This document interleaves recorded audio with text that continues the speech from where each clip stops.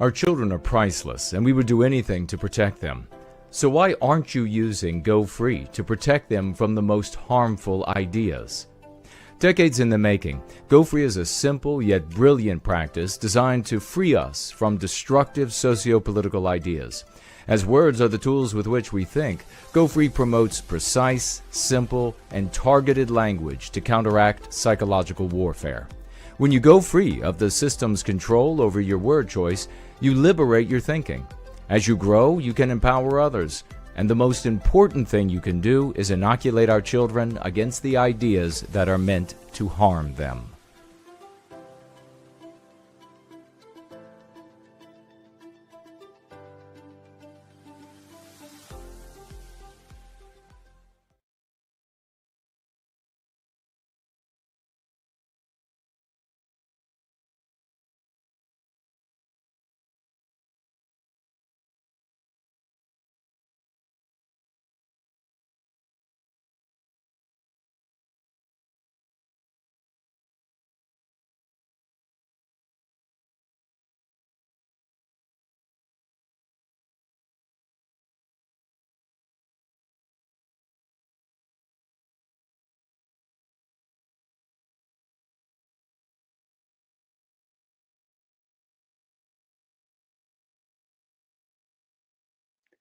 Welcome, Ivan.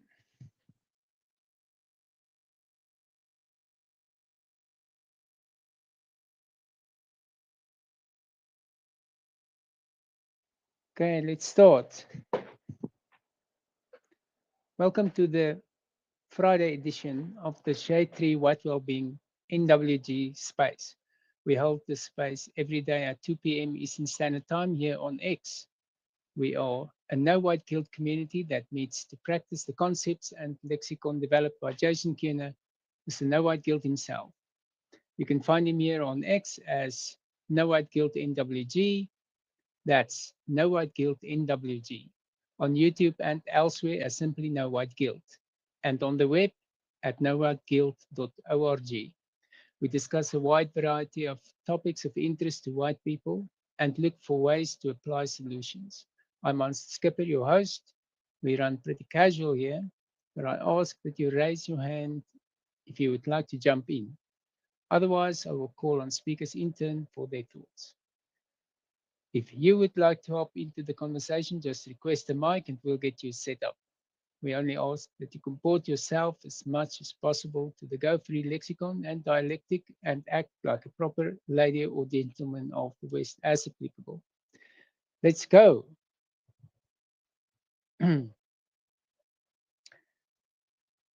so, so the first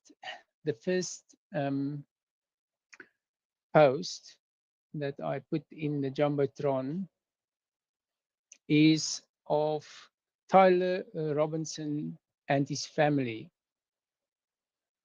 Tyler Robinson has been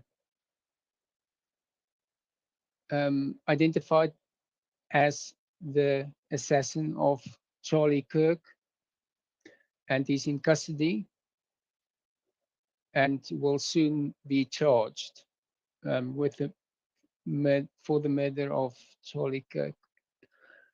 And these are the photos of his family. Now, what is quite, I would say, remarkable is how normal they look.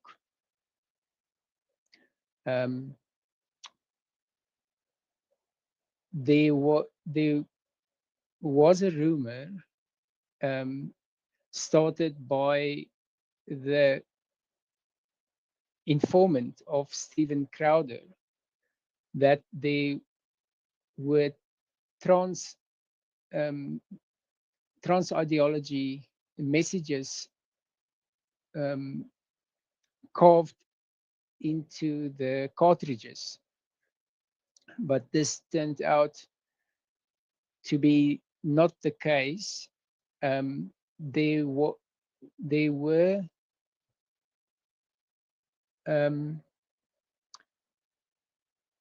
messages, Antifa type messages like "Take this, fascist," and Bella Ciao, Bella Ciao.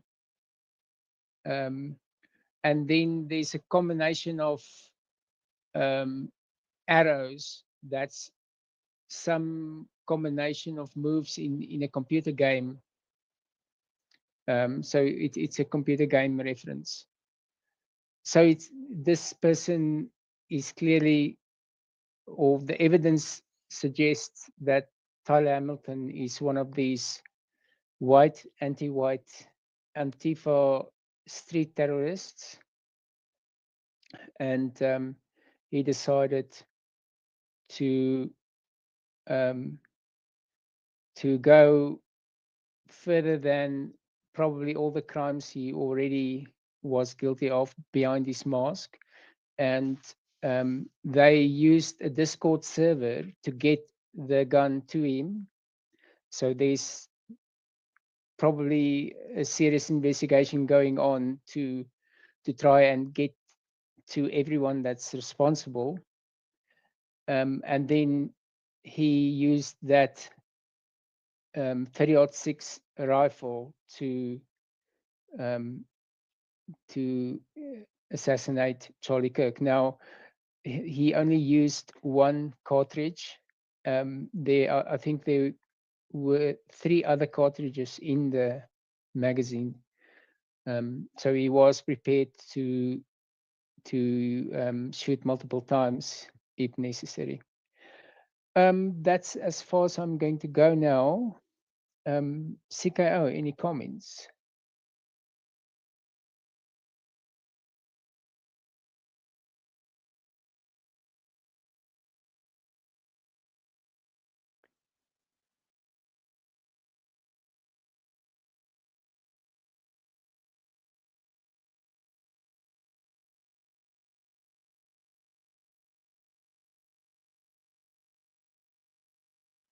I'm not hearing sound from CKO. So, Ardent Party, any thoughts?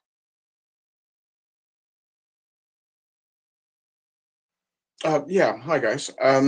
So one of the things I've noticed with a lot of the politically charged shootings, I think going back more than 10 years now, I'm not sure exactly the time frame for the New Zealand mosque attack, but a lot of these guys have been using obfuscatory tactics. With the last, the transgender person that did the last mass shooting, they had a bunch of very confusing different messaging on the paraphernalia they were using, on the equipment they had. Uh, this guy appears to, I've seen reports that this guy has trans ideology, that he was a furry. Um, I've seen a bunch of different things. So it seems to be one of the copycat tactics that they're using is that they're intentionally obfuscating and creating unusual associations. For example, this last fella appears to have, uh, or not this fella, sorry, the guy in Butler who shot Trump.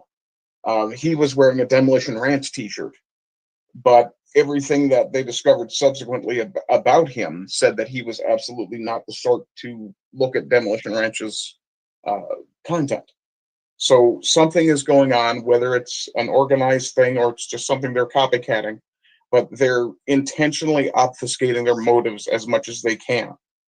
And why is beyond me, unless there's some channel that these guys are communicating either with like-minded people or with, I mean, to be a bit conspiratorial, with people who are organizing it for them, uh, or helping them organize. But somewhere along the line, it strikes me that there's some sort of coordination to it, or it's very possible it may be complete coincidence, but I'm not one to believe in coincidence when it happens so many times. So that's kind of where I am. And yeah, if the Antifa association is true, then yeah, clearly this person was at the very least anti-democratic. If it was simply because it was Charlie, the way I look at it is, no, he's definitely anti-Western kind. So yeah, anti-white, anti-Western kind, they're basically synonymous at this point. Anyway, that's all I've had to say. Yes, there is, of course, as you can expect, about 5 different theories. The problem that I have with most of them is that when you are this young, there isn't a lot of opportunity to do really deep um, manipulation. This person seemed to be just normal up until he went to college, and then things went south. Um, I see CKO is back. Let's try again, CKO. Yeah, sorry, Hans, I had to drop out and rejoin, just some tech issues. You know, I've been sick the last couple of days, so I've been just going on, looking a tiny bit, coming away. So I don't know if I've fully formulated my opinion on this. I think it's I think it's something of a stretch. I mean, someone would have to be quite skilled in their marksmanship to have taken one shot and shot the man in the neck. That's not someone who just dabbles or trained with guns as a child for self-protection. So there's still things here that don't fully add up for me. But certainly, as you say, I mean, if that's the case, that this was to all intents and purposes, normal, healthy, mentally balanced young man, and then off he toddled to university, and suddenly he's this. I don't think that's going to be of any particular great surprise to anyone, frankly, at this point. I mean, universities are cesspits of anti-white indoctrination. And I think it's been very telling to see just how many university students have come forth in the last day or so, basically replicating those types of views and opinions. So I think, if anything, it's just highlighted what a ginormous problem we have on our hands. But I'm not yet fully convinced about the storyline. Thanks, CKO. Let me just welcome, I don't know if I did already, Blue Flame, Janitor, Firebird, Cool Papa Jamatic, Eindelen, Triple A, Stopper Anti-Whiteism, Benjamin and Robert. Welcome.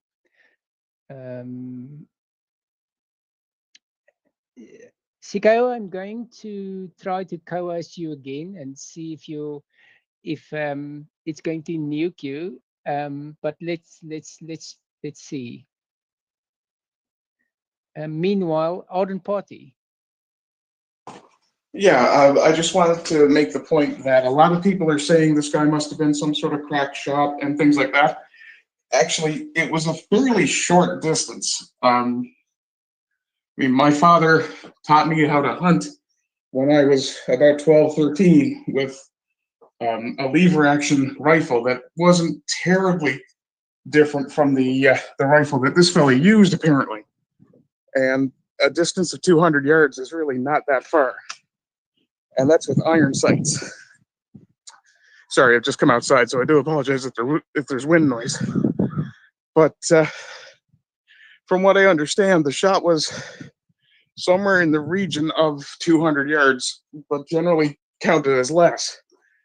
At 600 feet, it's not that hard to hit a target from that far away. The size of, I'll say, a watermelon for the sake of being respectful.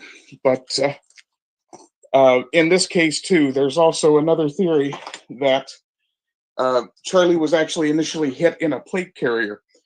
He was wearing what amounts to a bulletproof vest, and the theory is that the bullet actually ricocheted upwards because of the angle he was sitting at. I think that's possible. I've seen some footage that does seem to show his shirt moving rapidly upward just before he fell, so I don't know how much truth there is to that.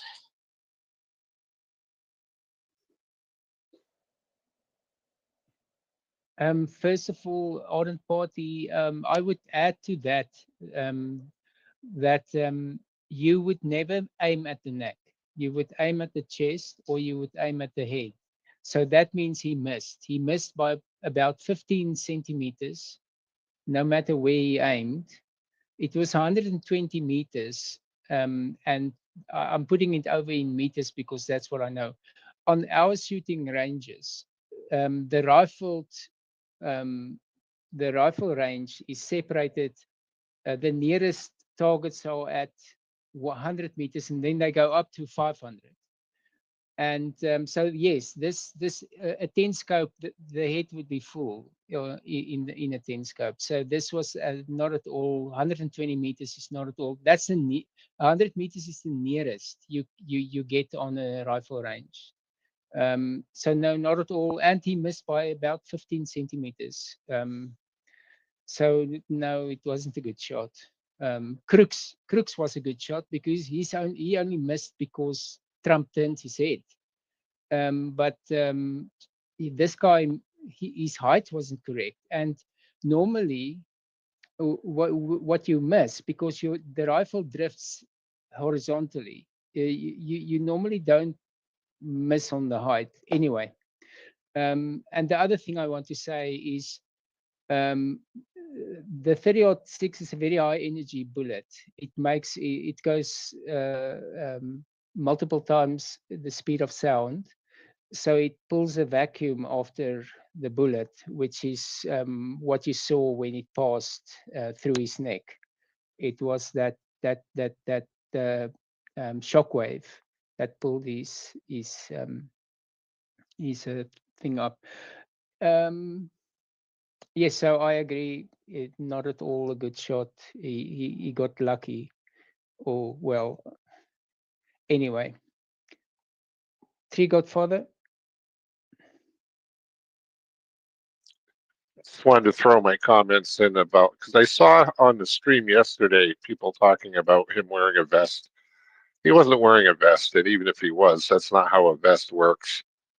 You have Kevlar, but then you have plates, but there's material on the plate that fragilizes the bullet and keeps it from spalling. He was not, it wasn't any kind of ricochet. It was just a shot that hit him right where he was struck. I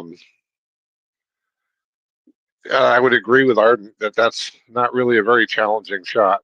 200 yards is, you know, about as basic as it gets. That's not that far a distance, particularly for a scoped rifle that somebody would have no doubt already had sighted in and handed to him.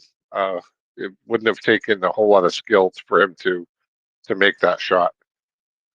You know, if you've got a fairly large target to hit, and it doesn't, fortunately for Charlie.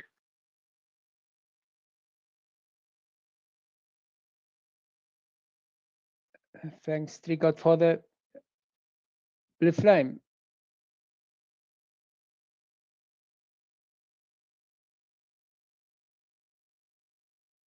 Hey guys, can you hear me? Yes. All right, perfect.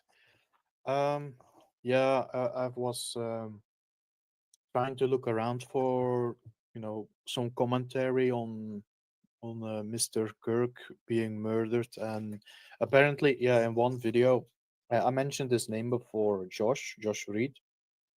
He made a commentary on it, and he basically said that, from what it looked like is that that Mr. Kirk had body armor on, and the body armor, like the bullet, reflected from the body armor and unfortunately towards his neck. That seems to be what happened. Yeah, I know it's brutal to describe, but the way how the blood poured out of him, that seems to be a bit of a side effect from a bullet spinning. But yeah, a spinning bullet will still pierce flesh, right, due to the sheer power of a shot. And yeah, that seems to be what it was. from again from what I have found in that regard. I'm going to add a little extra to that as well. The people who are being held up now as the potential murderers, uh, one needs to bear in mind that this could be what do they call that, fall guys in English, that might be set up, or like a sort of false flag situation. So when they prop up all kinds of figures in front of us, be wary about this. If indeed there is a lot of organization behind this, then there's going to be, what do they call, what was that quote again? All war is deception, that sort of thing. So I, I I dislike to bring it up, but it might be worth it to keep that in the back of our heads.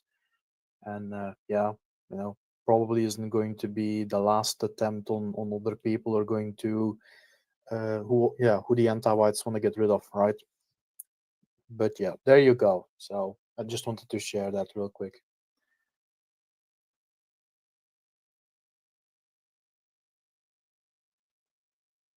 Orange Party.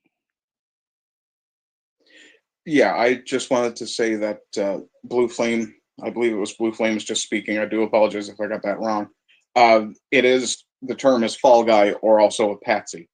And I did want to point out, maybe I wasn't being clear when I said it.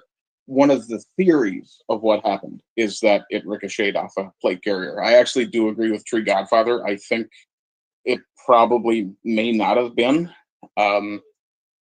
And yeah, and again, terrible thing to have to say, but the gush to me did strike me as kind of a breaking vacuum sort of effect. So I don't know. I'll defer to everybody else's experience with that, because my knowledge of firearms is not particularly great. So I do know that, yeah, the distance is not a particularly hard one to make, even with iron sights, if you're, patient and calm.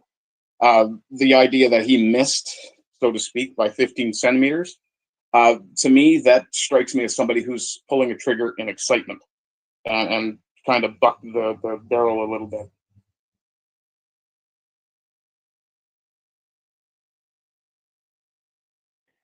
Janitor. Afternoon and evening. I liked your comments yesterday, Hans, when you were saying the discussion was about the retaliatory action, and I don't think anybody else picked up on that, but when I listened to the replay, I really resonated with that the anti-white regime could I don't know. I mean, you said it perfectly, and I wanted to tell you that. And I think earlier today I was seeing news about, not news, more like tabloid, right? And about fictionalized reality drama at Netflix. And I was thinking, if we didn't get on top of this, the anti-white narrative could white erase him. And I'm saying in one of those documentaries, but are more just fictionalized reality, I think. Because when the Southport, right, an example of white erasing, but the villain stays white. And I don't think the anti-white regime would have to do that if we didn't stay on top of this one, on top of the conversation of, as anti-whiteism causing, because as the cause, because they could be like, oh, it's this black man, like, and they have, oh, he got shot while out in the Mountain West, and then now this is a whole drama about how it was actually this guy got shot. But a lot of us in the community, we're even though we're small, and so we're not that big of a in numbers, but we make ourselves louder each time we get on top of each other's reposts and quote tweet like stumbling. Yesterday he made a picture, an edit of Charlie Kirk and a quote in the stream, and then he also he commented on it and he made one. And so I grabbed that like as soon as he made it and turned it into something of my own. And then that went to get me some of my highest views on my page that I've had ever, like since I made my account. And because and I also quote tweeted Tree Godfather and so thank you, Stumbling, first of all.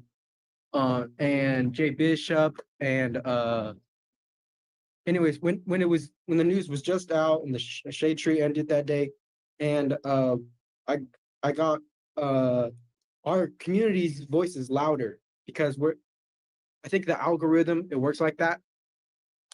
But yeah, because we're calling Kirk's the motive behind Kirk's killing as anti-whiteism then, and I think it's really out there, and not something about some that could be just white erased, right? Because that was the motive, not some like something that the anti-white regime could white erase him, like the Southport. Like that is an example in England. Those the murders there, I think.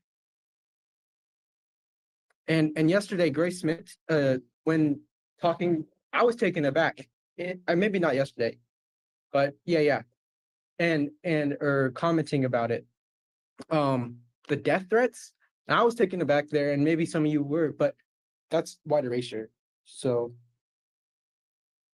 What are you talking about? What's your I mean, what the fuck you talking about, kid? What do you want? You're jumping around.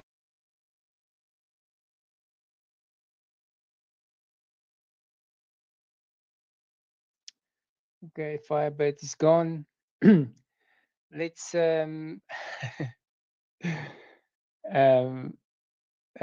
I posted two new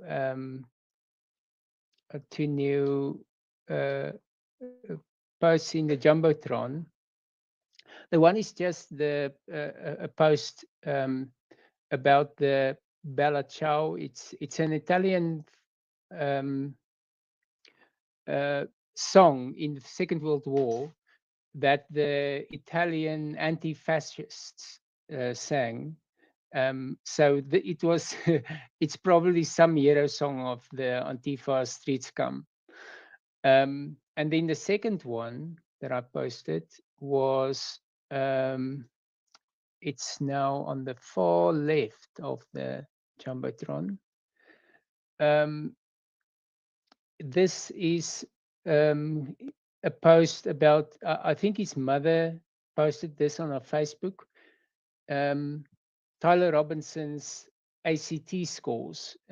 So he was actually quite a smart young man. Yes, so unfortunately, anti-whiteism is faith-based, which means your children are vulnerable no matter what their IQ is. Low IQ, high IQ, anti-whiteism will get to them. And this young man is an example of that. Orange Party, you had your hand up, but it's down now. Do you want to say what's your thoughts? No, I'm good. It was a bit of a glitch, actually. Okay. Yes, so this was, to me, it was quite interesting that because something that that's an easy mistake to make is that these people who do these kind of things, they must be really, really stupid. And these characters that you see in the street, they often look dysgenic and look like they look stupid, but it's not the case. Many of these people are very smart, and still they fall victim to anti-whiteism. And in this case, it doesn't seem to come out of their home. If you look at their home, they did. If you look at their activities on the mum's Facebook and Instagram, you would conclude that these are MAGA people. Um, Yet their son went out and did this. And this is something that Jason speaks about often. And this is that if you don't inoculate your child, when your child goes out of your home, inoculate against anti-whiteism, when your child leaves home, the child will encounter the anti-white narrative, the count, and if you didn't inoculate the child will accept the anti-white morality, and when he looks back at his parents, he will see evil people, um, and I believe this is what went wrong with this Tyler. And the other thing is, he looks like a normal young man, but if he, knowing what he did, this is the kind of Antifa that will take a brick and bash your head in. And this is, it's kind of hard to grapple with, because it's almost like your pattern recognition is kicking in, and it looks like one of us.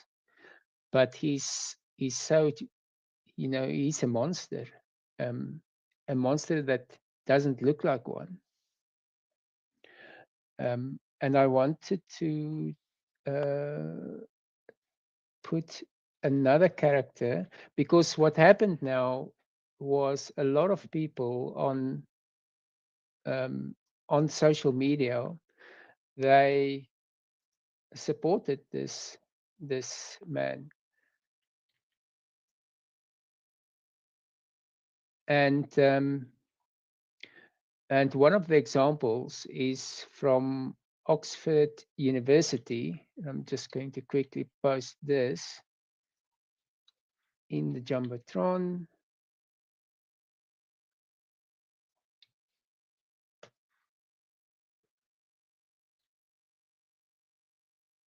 So this man, he debated Charlie Kirk earlier, and Way of the World made a post about it. And so earlier, he debated him, Charlie Kirk. He debated Charlie Kirk, and then after Charlie Kirk was assassinated, he celebrated it. So I put that in the Jumbotron.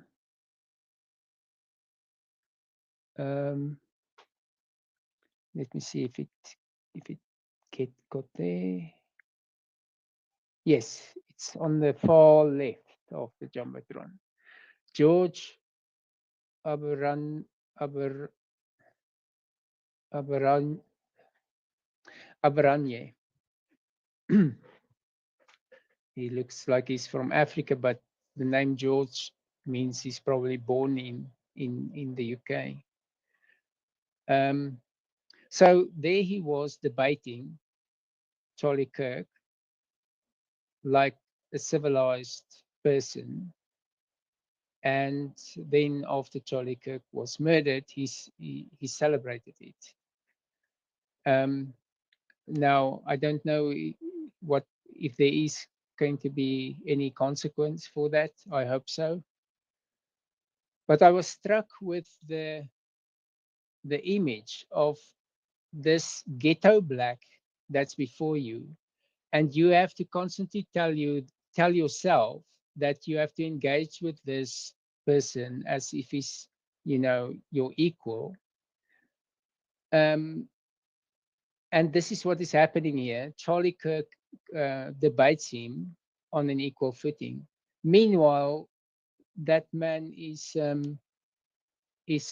wishing harm. I mean, if he could, he would kill him himself. That's the implication if you celebrate his death. If he could kill him without consequences, he would do it. And there is debating. So it's just a stark reminder that that the only reason why anti-whites talk to you is because they can't kill you. It's not an option currently. Um, and so there is no point in talking to them except if you're really talking to their audience, which is the case here. Charlie wasn't really talking to him. Charlie was using him as a way, as a canvas to for his arguments. So I can't see into Charlie's head, but this is the only reason why you would talk with these people. You're not going to convince them. You're really talking to their audience. But what's galling is that this George character, he's the president of the Oxford Union, and he didn't even make the minimum requirement to get into Oxford. He gets into Oxford, and then he becomes a president. And no one is surprised by that because everyone knows how that works. The more ghetto he looks, the greater his chance to be elected to the highest position. And here he is with um, all this opportunity, all these opportunities given to him. And what thanks does he have? He has no thanks.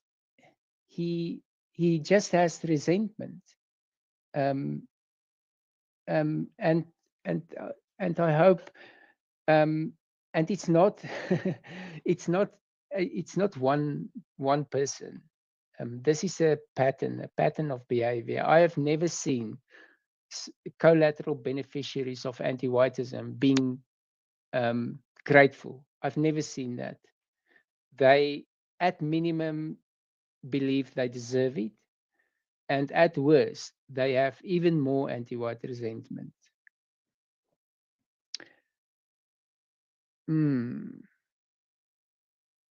Let me see. Who am I going to? Tree Godfather. Do we have something?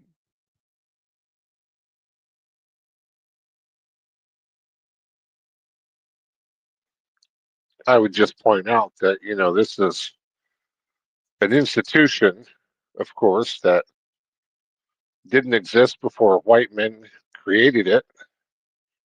It's a product of our biospirit. It's a part of Western kind. And now you have this anti-white pig sitting there debating Charlie about what's proper. And that I find that extremely offensive. And of course, this isn't a one-off. This is every higher learning institution in the world, in the Western world at least at the moment, because anti-whiteism is white erased us right out of the places we built.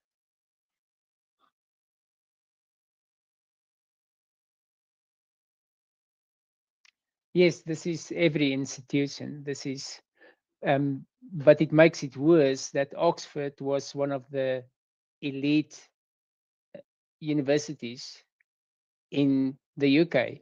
Now, I say it was one of the elite universities because it's, even though it may be still one of the best, it can no longer, we can no longer use the term elite to refer to it. It may be the best still, because maybe it's the least white erased, but it's no longer elite. It can't be elite if it's anti-white.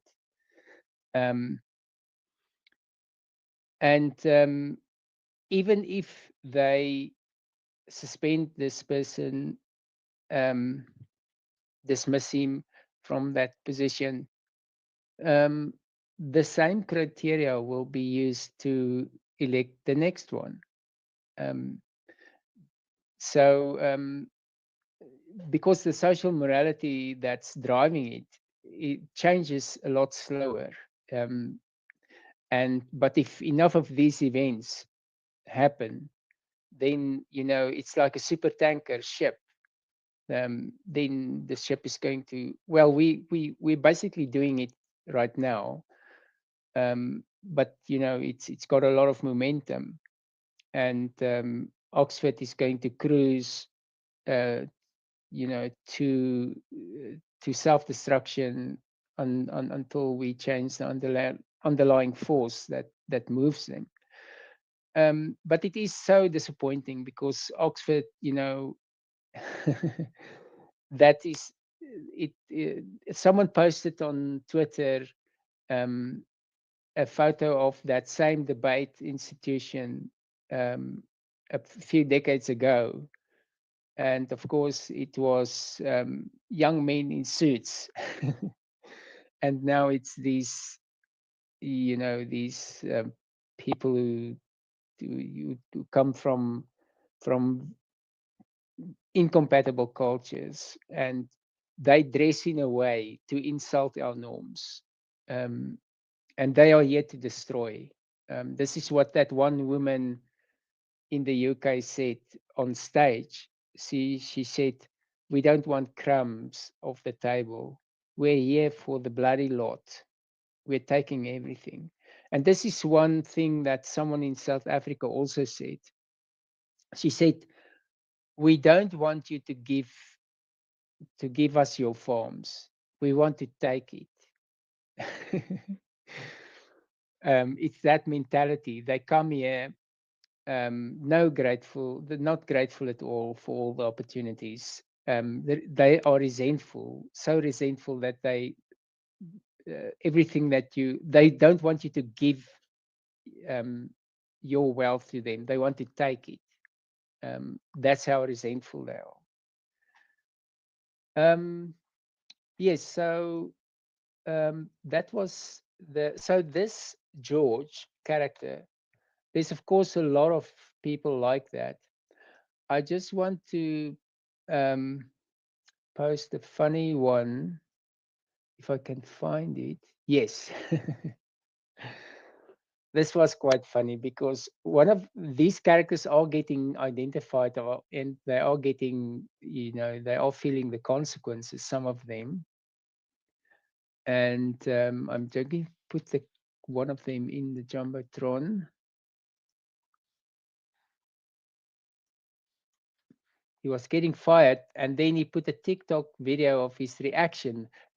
Who puts a reaction video of the lowest point in your life? I don't know, but anyway, he did that. Put it quickly.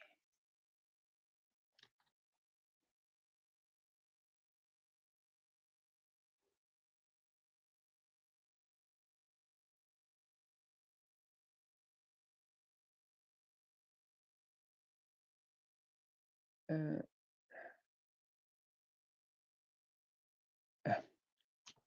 trouble. I did put it in the chat, but let's move on. I'm going to put, this is another one, Bryson Gray. He made a post.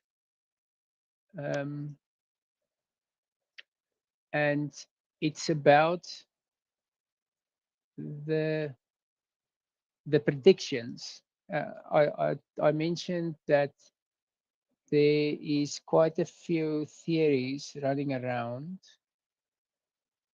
about what the motivations are and forces in play.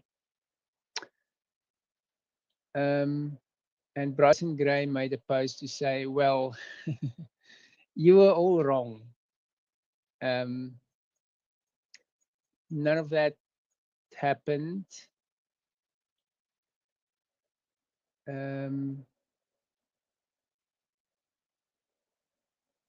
No.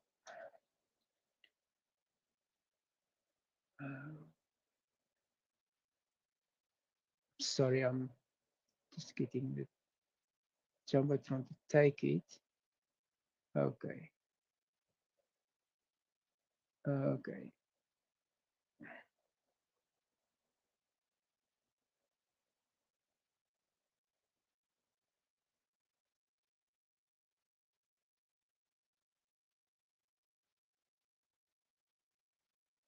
So Bryson Gray basically says, it's in the Jumbotron, he says all the conspiracies seem to have been wrong on this one. Not a professional, not Israel, not the tranny guy, just average middle class white liberal. That seems like a good guy. What happened to him? And then college, question mark.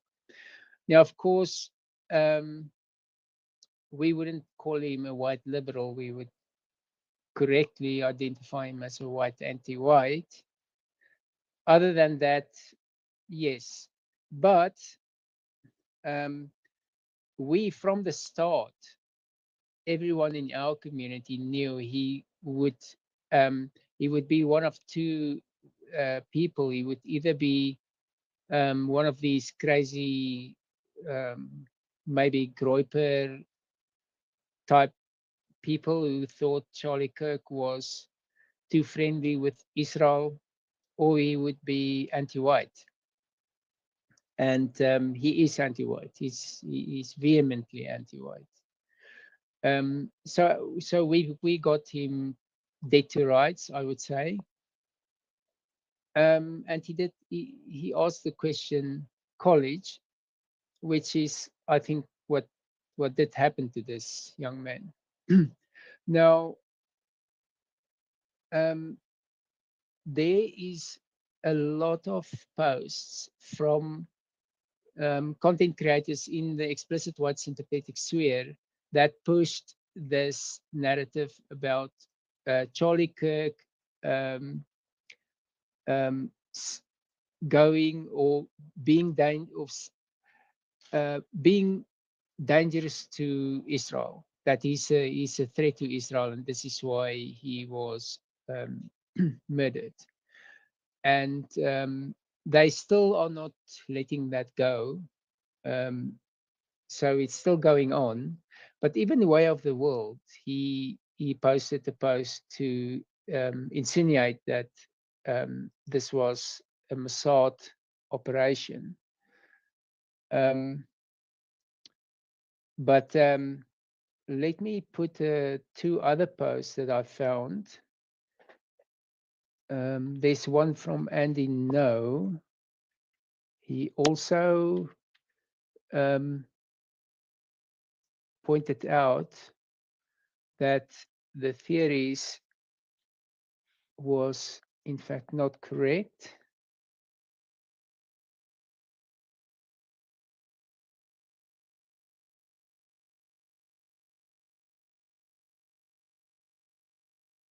Okay, Andy No. Well, actually, he didn't. He responded to someone else.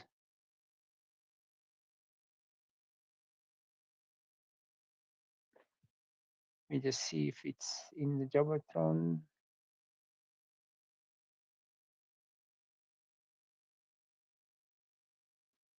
Okay, so Billy Baldwin said, "You were all wrong.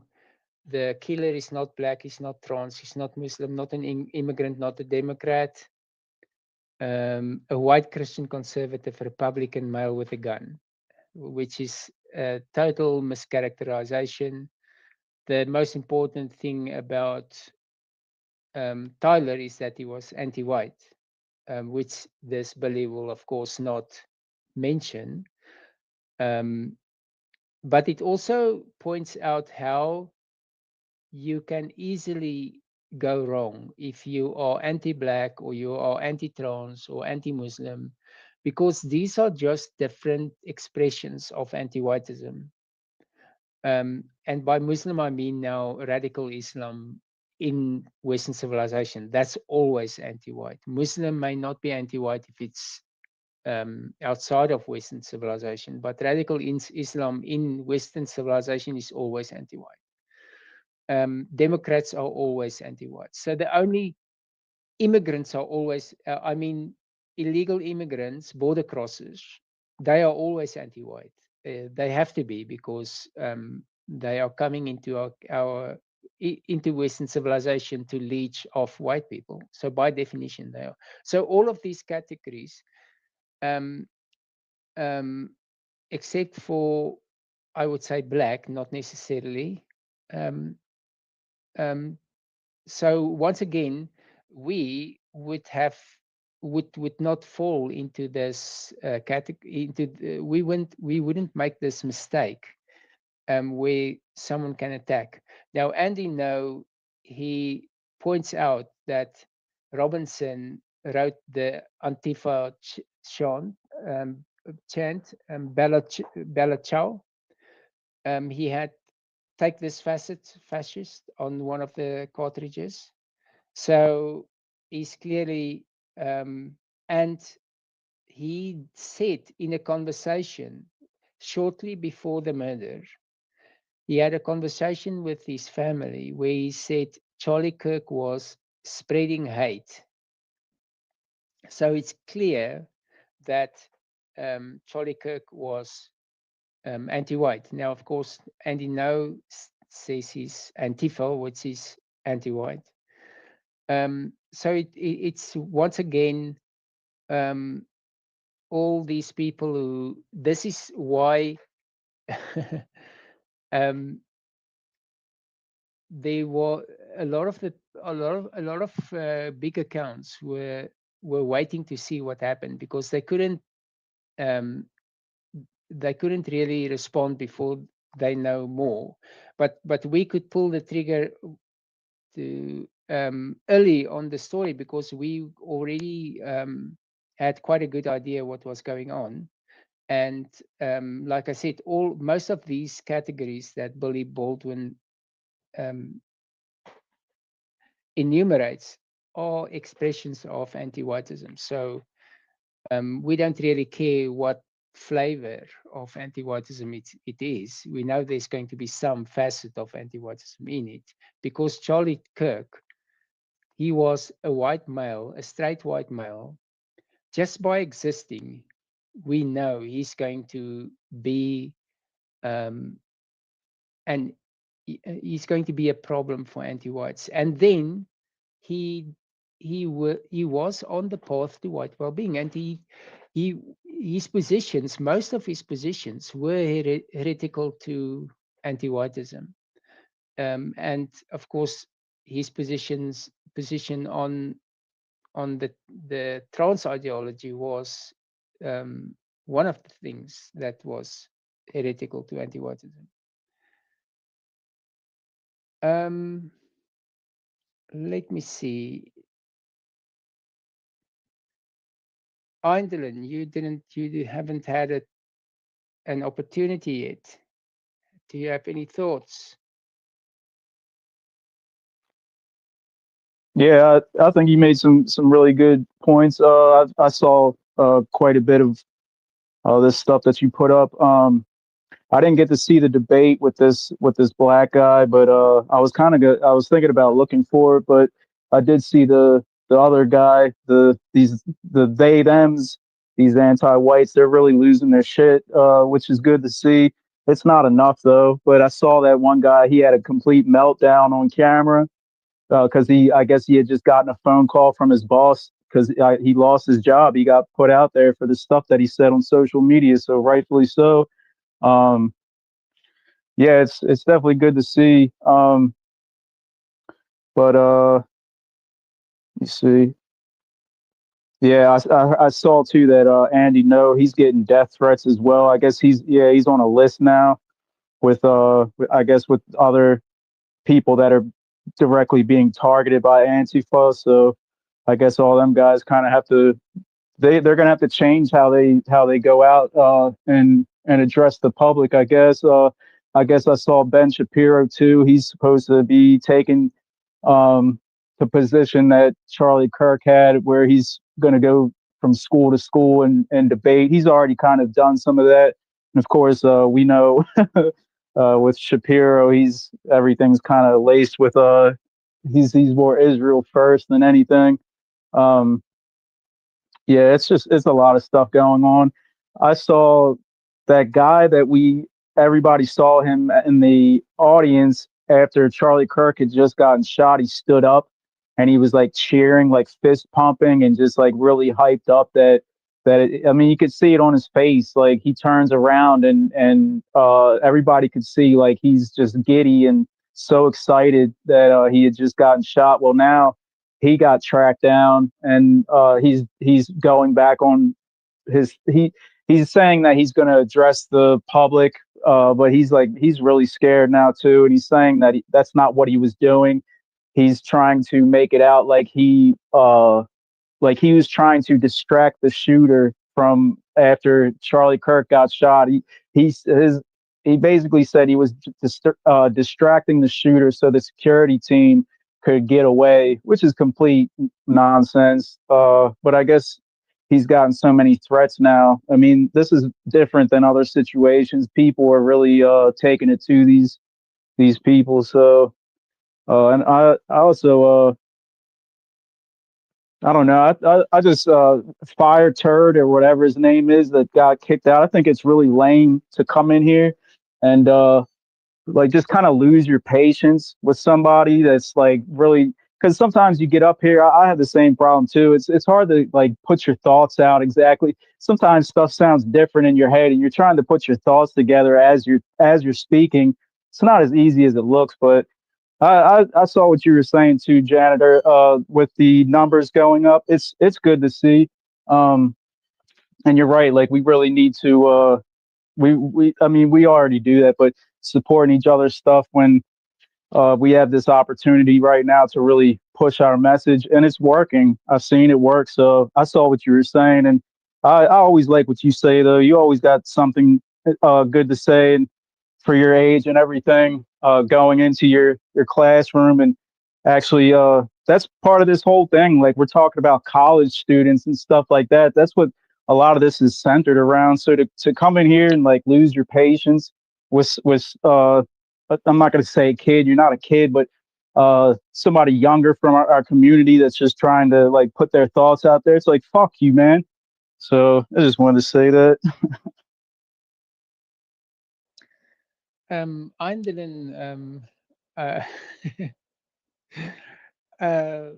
I think Firebird will be quite disappointed to hear that you call him Fire Turd, because I think his account was Firebird, but I think we can go with that. Yeah, fuck him. I put two. Oh well, I haven't. I put them in the chat, but let me put it in the jumbotron. So there's two posts that I just want to highlight. Charlie Kirk's journey to white well-being. Let me see. The first one is where he he talked about this one, the white guilt of this one person. It was basically the white person called the cops, they arrested the non-white, and then he was upset why, and Charlie Kirk talks about white guilt, which is one of the concepts that we talk about. And then on another occasion, and I only picked one. Um, this in this instance, he talked about the hiring and anti-white hiring practices. Now, usually he would use anti-white in combination with racism, so he would say anti-white racism. But in this case, he just said it was anti-white hiring practices. So you can see on the far left is the one about anti-white hiring practices, and then the next one to the right of the far left. It's the one about white guilt. So Charlie Kirk was on the journey. Now, I'm not saying this is there's a conspiracy to there was a conspiracy to murder him because he was on the road to white well-being, but this is just two examples of how Charlie Kirk was cared about white people. He wouldn't use these terms and talk about these things if he didn't care about white people. And for radical anti-whites, caring about white people means you secretly want to harm other groups. This is how they are infected with that mean pathogen that um, caring about the well-being of white people is linked to harming non-whites. And so this is the kind of thing that would inflame them. Um, and um, so yes, it did play a role in why he became a target, and along with many other things that he said that did not fall in line with the anti-white ideology, because the anti-white ideology is very broad. It's not limited to white people and victimizing white people. It's also attacking our norms, like what LGBT does. So and Charlie Kirk, he was all over that. He was all over the spectrum, and most of the time he was instinctually um, compatible with Western kind, the biospirit of Western kind, because he's a white male with a white family, with white norms. So he most of his positions would come down on the wrong side of the anti-white fence.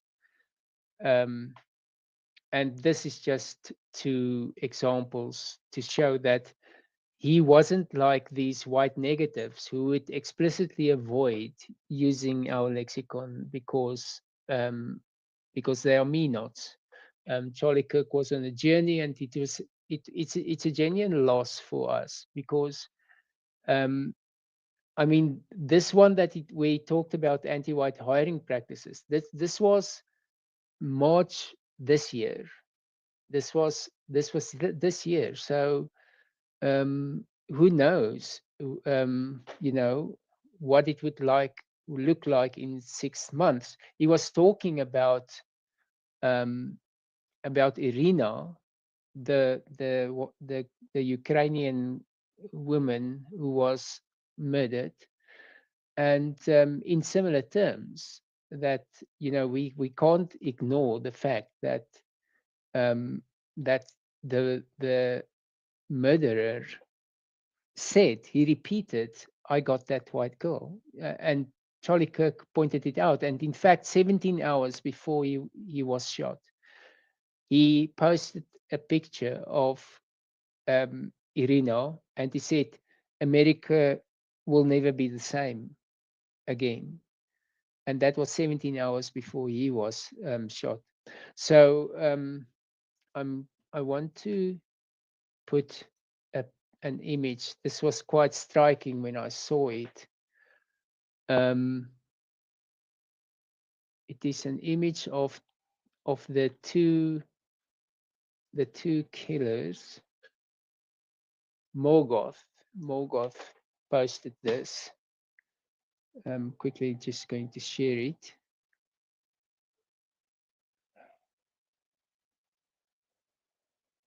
Okay.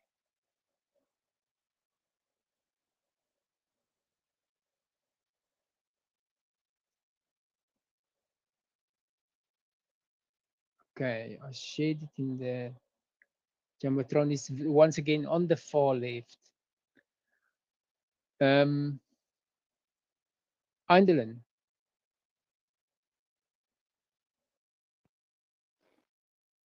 Yeah, I just saw that message. I don't know if you saw it from Biospirit. He said his account was locked and now it's unlocked. I just briefly caught that, but that's just really strange. But I was gonna say that I know I mean I know we kind of like stay away from conspiracy theories and stuff, but I think there is an actual pretty good case that it's just weird timing that some of the stuff that he was saying, especially like you said with Irina, he mentioned that, and then this happened. I know it doesn't necessarily mean that that's what led to him being shot at this particular time, but it is kind of strange with him having such a successful media company with this huge following.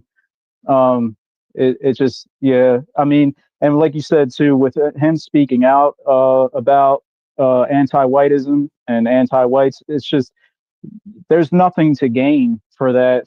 You don't get anything. It only ends up hurting you. Out of all the things that you can talk about, like I've said before, criticizing Jews is pretty much mainstream now, and it's multiracial movement, as Jason says. That's not that controversial anymore. But to call out anti-whiteism, you have nothing to gain for that.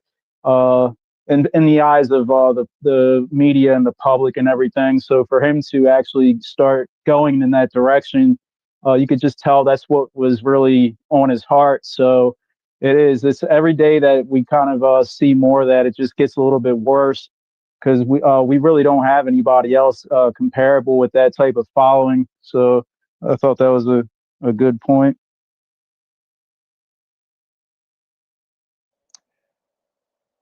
Okay, so the post, I think it was Morgoth, yes. So the post is the Tyler on the one side and the black murderer of Irina on the other side. Now of course, Irina, she was that murder was a few. It was earlier, but only when the tape was released did that garner attention. But within days, um, um, you know, of that blowing up, Charlie Kirk was shot. But it was sort of a good um, representation of the scope of this kind of violent anti-whiteism, because here you have the low IQ and the high IQ, the white and the black in one composite image. Um, so this is for those people who make the mistake to focus on one group. Oh, if we can just remove this group. Oh, if we can just remove that group. Well, guess what? Tyler Hamilton is going to take his 30-06, is going to shoot you from 200 to 150 or whatever yards. Never going to know what hit you. You're never going to know how wrong you were. You was. So no, this is not the answer. The answer is both of these people. They wouldn't have been doing that if we had Western civilization, if we had Western norms and standards. Someone today, he challenged me on um, on because the argument is, so we just we just talk, and with talk that murderer is not going to plunge his knife into your neck. No, that's not how it works. The reason why he's not going to plunge the knife into your neck is because he will know that the previous time that happened, the cops didn't even bother arresting him. They shot the perpetrator on the spot. And that will make it easy for him to decide not to do it. And the more low IQ, the more animalistic the murderer is, the more clearly he's going to understand that. On the other side of the spectrum, this young man, he would have been in a society where the highest value, the highest moral value that he learns in history class, in mathematics, because yes, anti-whiteism is in mathematics as well, in everything that he does at school, that he does in church, the well-being of white people will be the highest moral value. So there's no way, and even in the university, anti-whiteism will not be tolerated anyway. So there's no way he's going to take up a weapon and make war on his own people. Um, so we have the answer for this. We know what to do, but doing it is, of course, we are against, um, against every world government, and our solution doesn't take them on directly. We go to the people, and platforms like Twitter, like X, is one of the main avenues, but it's not the only one. There are some brave souls who go on YouTube. I have I have some scars. It's going to take some healing for me to go back to YouTube, but I commend the people who can, because YouTube is really they are really good with the psychological warfare. Yeah. Anyway, so this is the idea that I wanted to highlight here, and that is that our problems don't go away if we clean up our inner cities. The problems won't go away if we remove all the Indians. Certain aspects will be easier, but I mean, for a very long time, Norway and Sweden, there wasn't really any white erasure, but those people were already sick. I remember a long time ago when I was in Norway, um, I didn't see there was one place where I saw blacks, but the people were what I would call then very, very liberal, but what I would recognize now as anti-whiteism, because um, they had no good moral standards. Now, I'm not talking about all the people, but the general norms of the society that people allowed was just, for my sensitive conservative soul, was quite jarring when I went in there. I mean, it wasn't safe to pick up a TV remote because you would click and then your eyes would pop out. one one evening, I was looking for a Formula One channel, and man, I just stopped doing it because most of the channels were pornography.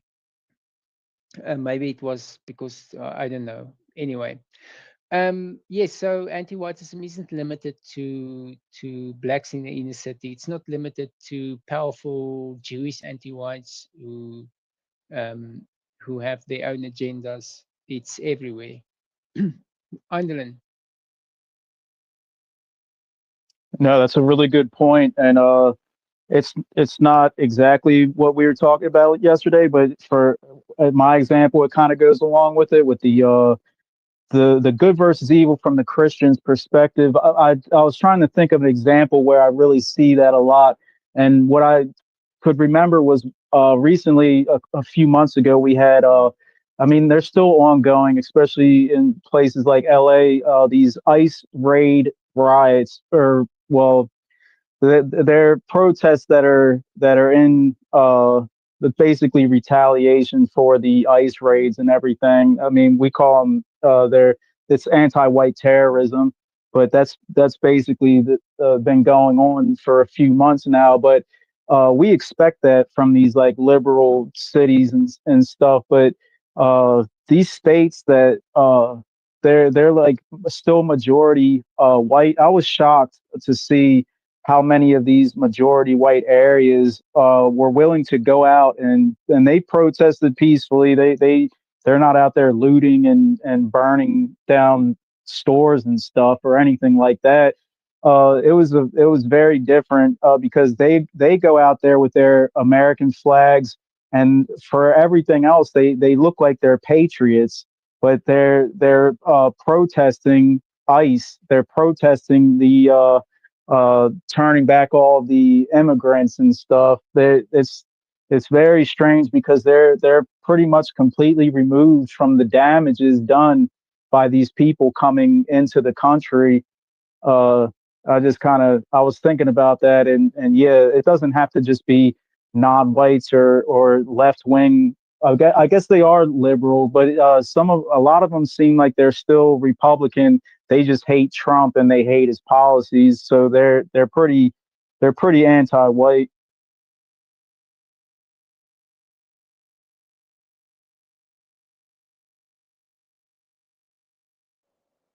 Yes, that you almost feel like you want to fast forward time and drop them in the world that they asked for, and then go back to current time and ask them, do they still want to continue? But unfortunately, it doesn't work like that. I remember when I was in university in my final year, they got this um, business guy to, we were all forced to attend this lecture. And this was all the theorizing about how we are, it's going to be fine, whites are going to be fine, this is going to work out so well for all of us, it's all kumbaya. And I thought, how stupid is this guy? America implemented affirmative action for 100 years, and blacks are still 30%, 30% of blacks in their 20s. There was some not crime statistics. There's about 30% of blacks land in jail. Um, and affirmative action is still discriminating against whites in universities, in hiring. And that's after how many years? So no, the discrimination is not going to stop because that they sold it as this temporary thing. But of course, now today I would know how to defend against that, and that's simply um, if you are going to um, um, conclude that white people must be victimized because they were born white, then that it doesn't matter what your pretexts are, because that's anti-white by definition, and you must reject it, because if you don't reject it, you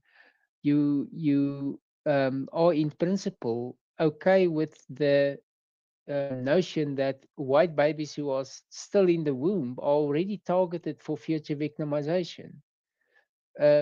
So it's insane if you think about that, especially if you change the races. Um, but yes, I just couldn't believe that. How can you be so stupid?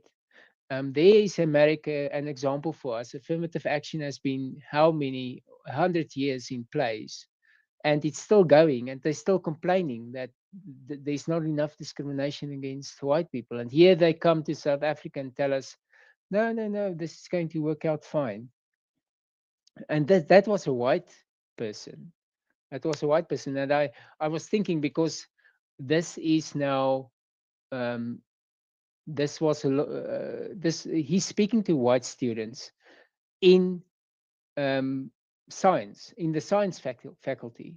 So he's there. He's in between the smartest minds in the country, and and no one is um, really taking him on for that stupid statements, um, which just showed you that it's not about who's smart and who's not. It's about what's the morality of the of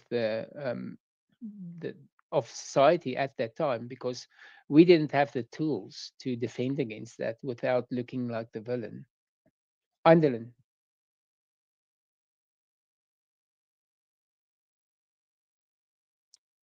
Well, I look at this stuff and I try to figure out like how are people so delusional because I and this is a little bit of a shift in topic, but I was looking at posts and everything, and I apologize. I didn't get a chance to actually follow up on this story to see the all the details. It's still kind of breaking news, I guess. There was a situation where I think it was an illegal immigrant. And sounds like cut somebody's head off with a machete in a parking lot, and I'm pretty sure it was an Indian person. So I saw a post about it, and people were outraged, and they were adding Elon Musk talking about, and this was in a thread that was along with a post that had to do with Charlie Kirk, and they were adding Elon Musk saying, "Why aren't you speaking out about this Indian person? Is it because he's Indian?" And that's what some of the other follow up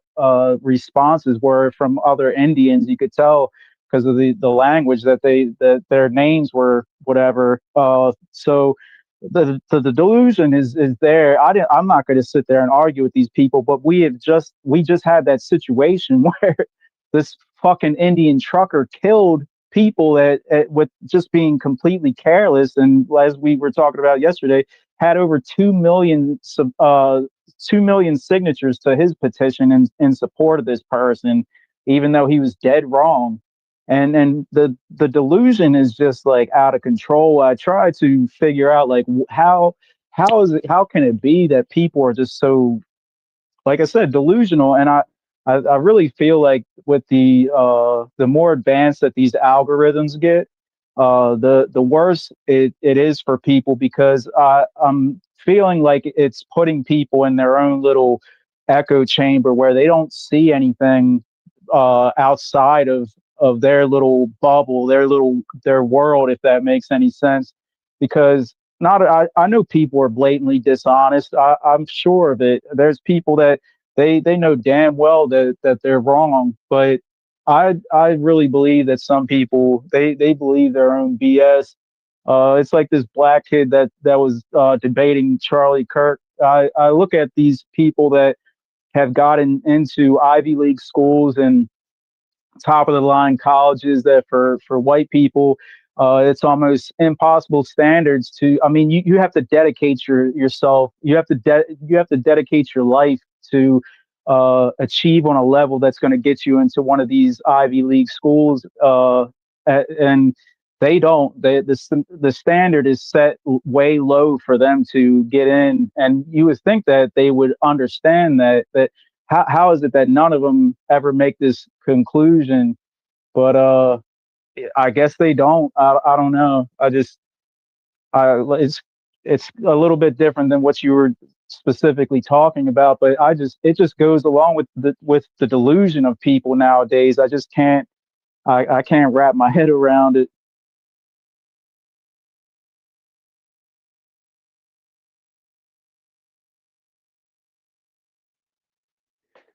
Yeah, it is that I'm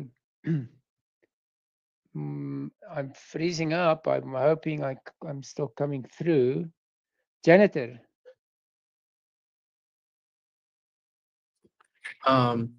Yeah. Hans was in his last point was saying that the the not even really resistance, because he was just gonna fall over. Um, that one white in South Africa who's talking to the smartest South Africans who didn't have the moral position or defense, and he was saying specifically how the timing of it, and white erasure by the regime in America for 100+ years or however long, um for me, that resonates with, like, I visualize, I connect to what Hans always says about his not his, but the South African rugby brags on its website about right erasing the team more and more every year, and how they've been denying white men their future lives for their birth. And that's what South Africa rugby has been bragging about on the website for decades, because I just visualize like that's what comes to mind when I think about the timing of that point. I mean, yeah.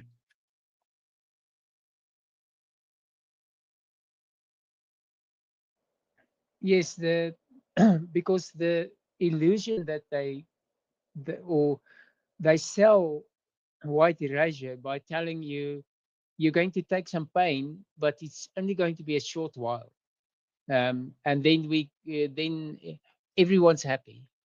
But what you don't realize is that you've given up the principle. You've given up the principle that we will not be victimized for our birth. And once you give up that principle, there's no way that they cannot go, um, because you already gave up the moral ground, the moral high ground. And now, because you've done it once, it's now easy for them to say, well, but here you just did it. What's wrong with this new type of anti-white victimization? You were okay with it here, but now I'm trying to do the same thing here. So you're not principled, are you? But that whole thing is um, it's the way that they um, they stand on principle when the principle has an anti-white conclusion, but when it doesn't, then they sell it to you with other psychological tricks where they will tell you, don't, just don't resist, make it easy on yourself. It won't be long, it's just this small thing. um, and then, of course, when you seed the ground, then they never give it back. It's always, now here's the next thing um, that we're going to do. So I think I was successful in putting the next one in. Yes. So Stephen King made an apology that I want to, so it's once again on the far left of the Jumbotron. And this was quite interesting because this was wrong in in more than one way.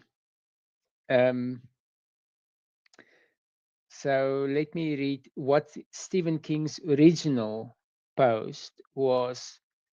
He was attacking Charlie Kirk, and he was saying he advocated stoning gays to death. Just saying. And then someone posted how Charlie Kirk said, I believe marriage is one man, one woman. Also, gay people should be welcome in the conservative movement. As Christians, we are called to love everyone. I will always stand against people who wish to establish their own personal values as a reason to kick others out of our movement, which is quite a subversive position, because it doesn't distinguish between um, the lifestyle choice and the ideal that Western kind needs to stay healthy and propagate into the future. Um, so this conservative account posted this, and then Stephen King was, of course, um, quite ready to say, yes, I'm ashamed of myself.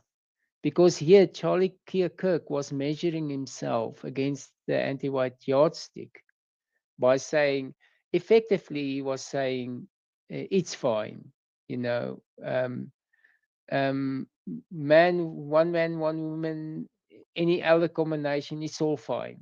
We don't want to establish norms that will kick others out of our movement.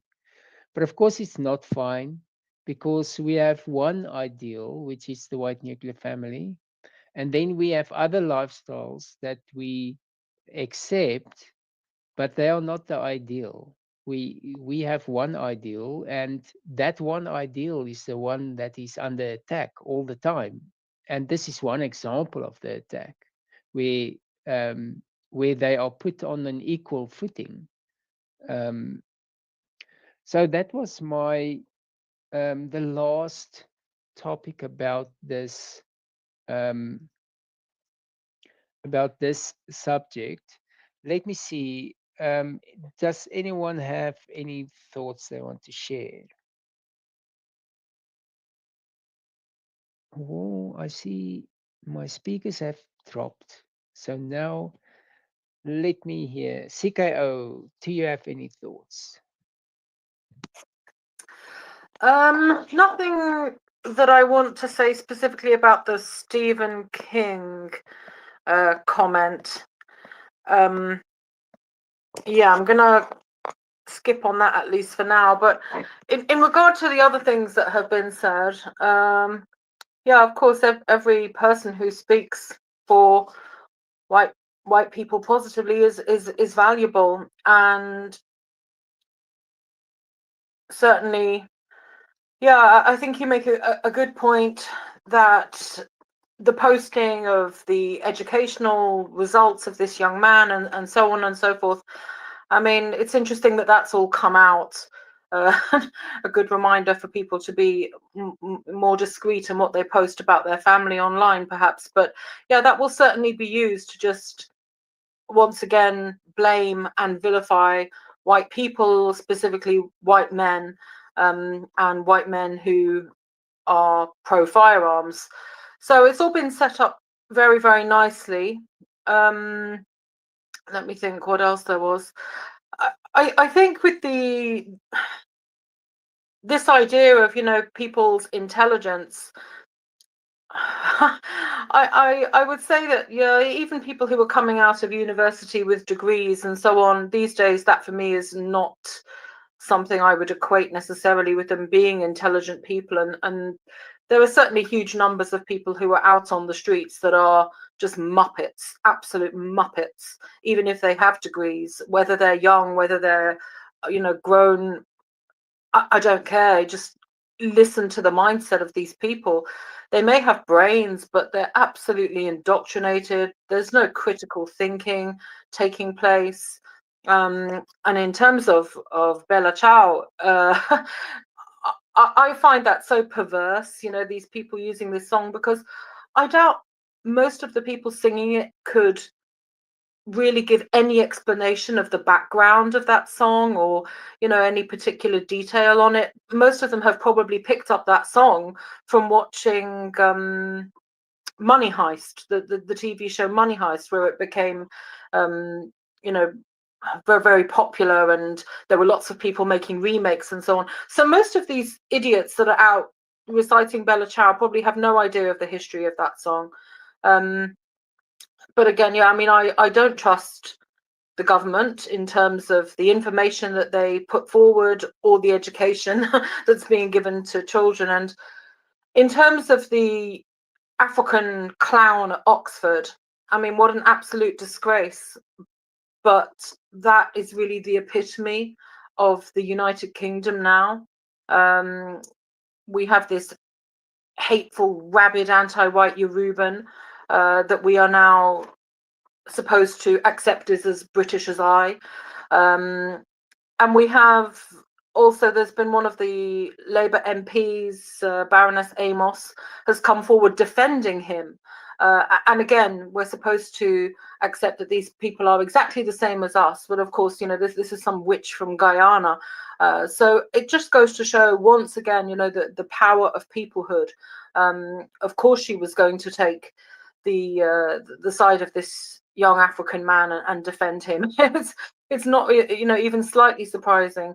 There was one other thing that you said, Hans, that I just had to disagree with slightly. You know, when you were talking about Islamic invaders coming, that they're not coming to leech. Leeching is a side party. They're coming to conquer.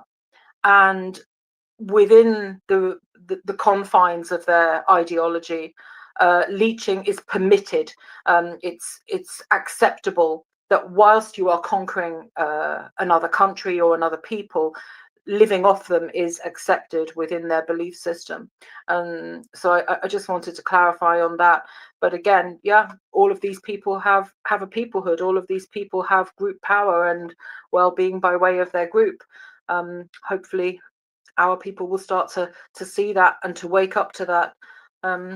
Yeah, I don't have a lot on this, to be honest, because I'm still very much catching up with some elements of the story.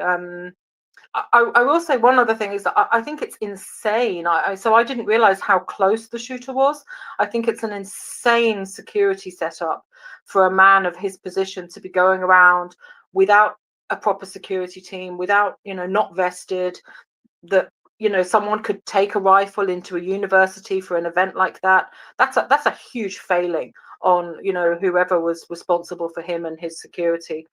So there's a lot of questions for me that still haven't been answered here. Thanks, CKO. I must say, I think no one expected that, because Charlie Kirk is such a good-natured, unthreatening character. He's not like Ben Shapiro, who would sometimes instigate, who would inflame users with or people with comments. Charlie Kirk was the quintessential goody two shoes. He just wanted to talk. So from that perspective, I can sort of understand him, because I wouldn't expect him to be the target. You can expect that they want Trump. They want Trump dead, because Trump doesn't care. But yeah, Siko? Yeah, you see, that mindset really disturbs me, because as far as I'm concerned, we're all a target. How many people have we seen? And one thing that I have noticed that's interesting, in amongst all of the multitude of comments about the late Mr. Kirk, I have spotted quite a few comments of people highlighting stories that I've never heard of from their own town, of another white person being killed and another white person being attacked. And so this is ongoing, and it has been for so long, that I don't think we can be surprised of anyone being under attack anymore. Anyone who's public, and certainly anyone who speaks, in any positive way towards or about white people. And as you say, he was kind of starting to take that road a little bit, and who knows where that would have gone. It is tremendously sad. But I think that this idea that someone who's friendly or cheerful, or, sort of a little bit more publicly accepted, I think the idea that anyone is safe is really, that those days are gone. Yes, and I think that's part of the shock value of this is I can tell you, CKO, when I saw that Oxford character, it just brought it home that these people, they talk and they use all the moralistic language while they fantasize about killing you. We are not even close. We're not on the same page, and we have no idea what's in their heads. If we had, we wouldn't even talk to them.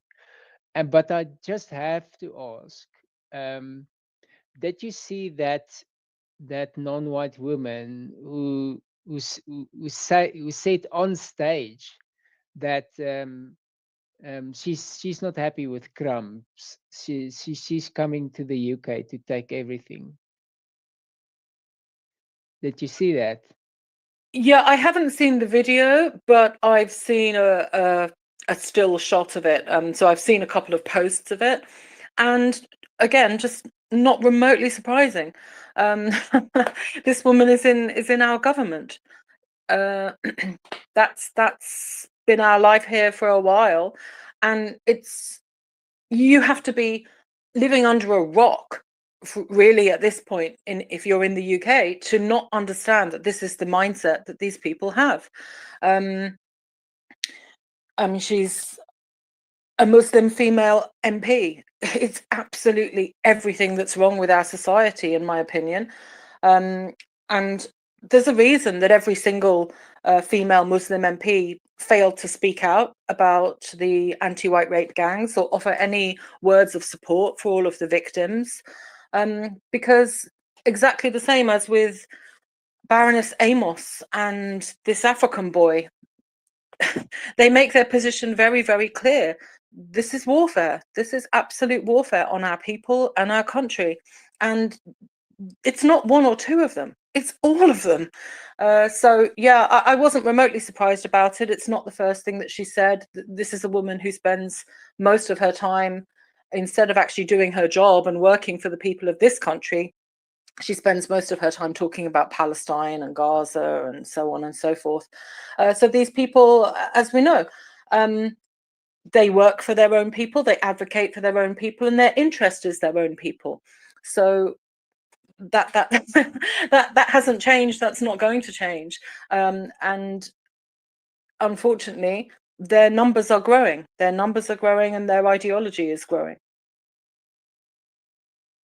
But the one thing that I did think is that this must, you know, a lot of conservatives, they don't want to see, don't want to see that. But now she's telling them, and I was thinking that surely this is going to cause waves among white English. Do you think it's going to make a change?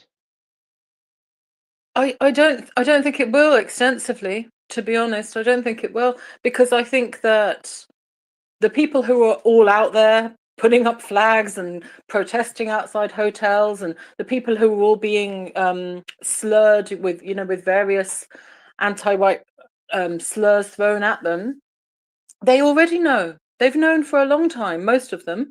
They know what she's about. They know, you know, and you only have to look at any of her posts to see that there'll be a significant number of English people criticizing her and calling out the way that she operates.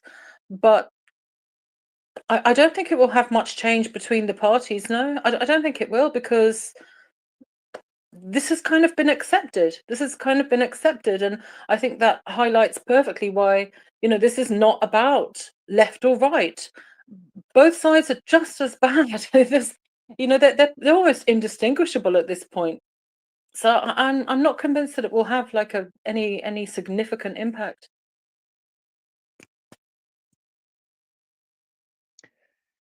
Thanks, Siko. Ardent Party. Yeah, I just want to respond. Two things to respond to CKO, and then I feel like the conversation has moved past it, but I wanted to go back and speak about Stephen King. But first, to respond to what CKO had said. First off, Enoch Powell was absolutely right, and anyone who hasn't heard his Rivers of Blood speech should absolutely go and listen to it. Oh dear. And unfortunately, the other thing I was going to say too was to talk about the female Muslim representation in the West. There's a fairly infamous U.S. politician named Ilhan Omar, and one of the first things that she said after Charlie had been killed was that he probably deserved it, or words to that effect. I don't want to put words in her mouth, so I'm fairly paraphrasing there. But a significant amount of time ago, and ironically because 9/11 has just passed, he had said that 9/11, or she had described 9/11 as some people did something. And clearly she has no loyalty to the West, and there's no reason we should expect any Muslim to have loyalty to the West, because their religion is very different than ours. Our religions are, well, Christian anyway, Christian religion separates church and state almost completely, with the possible exception of for example, the British monarchy, but that's a bit of a special case.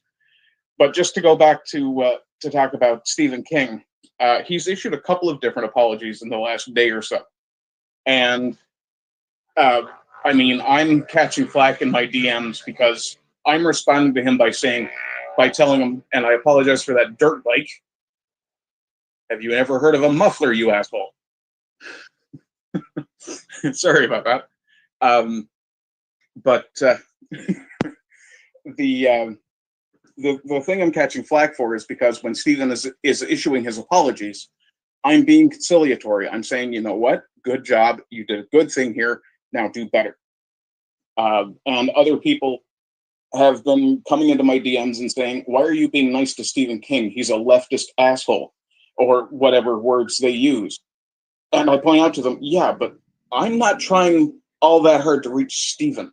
I'm trying to reach the people who are looking at what he says. And this was something that had been mentioned a while ago as well, that we're not always speaking directly to the person that we're arguing with. Sometimes we're speaking to their audience. And a lot of the time, it's the people in the audience that are more important to reach. You might only get one or two people to even consider your side of an issue. But that one or two people then might go on to speak as well. And then they're speaking to their opponent's audience. And you get a groundswell that way. So it's not always a bad idea. And I'm going to cut it there because I think the dirt bike is coming back. Okay. Yes.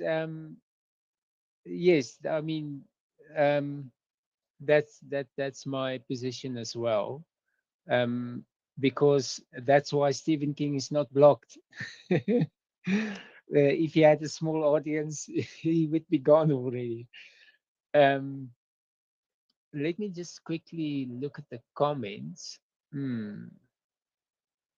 I did put a new one in the chat, which was Arvol made a post because he's not happy with this Antifa murderer outcome. He was one of those who seemed to push the anti-Jewish narrative that it was a Mossad operation, and he's highlighting that the kid is a young, intelligent, with poor life prospects, and maybe he took a deal to do this. But the problem that I see with alternative theories is that there's a lot of physical evidence that puts him on the scene with his finger on the trigger, and he carried the gun to the place. So I don't think. I think he, I think the physical evidence is very strong. Now the other part is, what about the Discord server? Is there some organization behind that? There may be, but and I don't see Antifa as a monolithic organization with George Soros at the top of the pyramid. It doesn't work like that. Remember what when those riots in France triggered? It was riots that there was the police reacted to some anti-white street terrorists, and then suddenly riots broke out all over France. Now, that wasn't coordinated. It was just that these people are in the country, they waiting for anything that happens is an excuse to burn down stuff. So in this case, it's not that this very intelligent Doctor Who type organization that orchestrates everything perfectly. This was an individual, I think. He was at that place and he saw, oh, this is one of the names, you know. One of the names on the internet is coming to my area. Um, and then he quickly cobbled together a plan with his university buddies on a Discord server. I think it's going to turn out like that. I don't think there's going to be some Tel Aviv Steve in the Discord server. I think this is just going to be a lot of anti-whites together, and they brewed up a scheme, and two or three of them are going to get nailed. I don't think it's going to be complicated, but I mean it can turn out differently, but this is what it looks like, and because there's a lot of physical evidence now that that ties us, where they have handprints, they have fingerprints, they have injuries that the guy sustained when he jumped off the roof, um, security camera footage. No, I think this one is it seems to be you know, it seems to be quite stable. The current there's not strange stories. I don't expect him to be assassinated in the prison cell because I don't think he has anything. um, so that was more or less. Um, I wanted to just, because Tyler Hamilton um, has been oh, this is the other part that was also um, I think this is also for me a sign that his family are good people, because his own father turned him in. um, his father found the their priest or their um, preacher, and then um, he turned him in. And this goes again with my that they are good people. He obviously doesn't agree with what his son did. If he, by appearances they are mega people. The father is in law enforcement. They are going on hunting trips all the time, gun shows, you know. So this must have been a terrible shock for the father. And um, Trump, before the father did that, Trump said this is he's going to seek the death penalty. So the father knew that, you know, he's sending his son to the gallows. Um, and you know, other fathers, a certain demographic of fathers would send this, would give their son you know, a few dollars and send them off to an inner city somewhere. But this one didn't do that.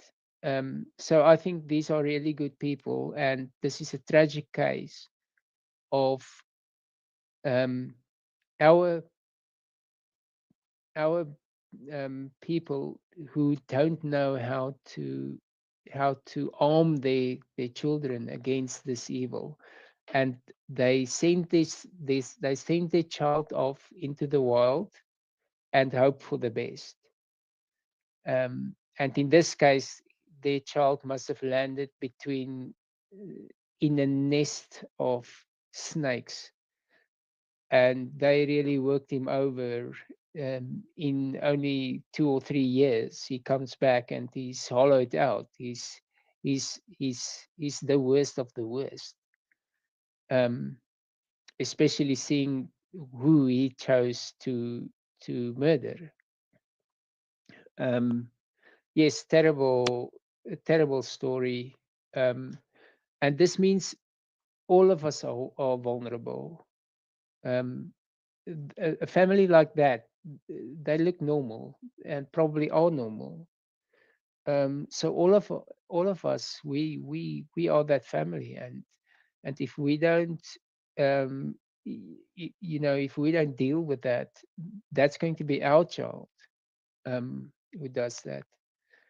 And that's a very sobering, especially given that the child is so intelligent, that his intelligence didn't protect him. Um, so that was more or less what I have. Let me quickly check the comments. I see Tree Godfather put the video of Jason in. Okay, person. Stumbling. Well, I got some much needed catharsis out watching that video of the evil freak who lost his job.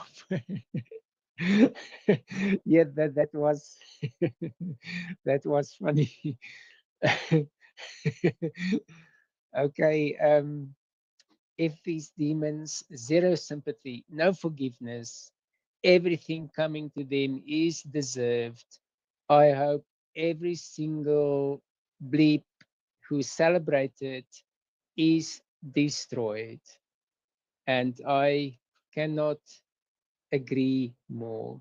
Lovely. Um, yes.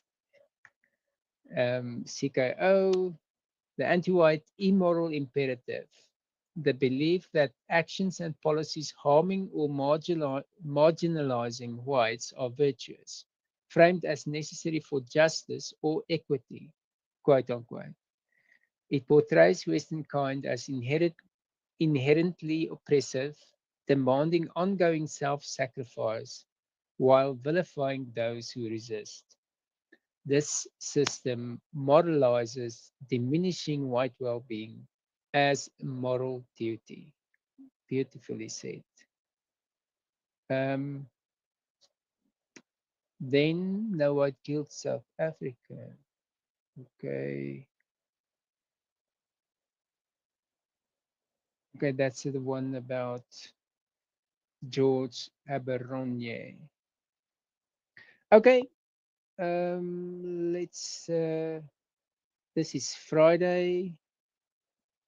Uh, so let's wind this down. I'm going to the surviving. Oh, I see. Siko has a hand up. Siko.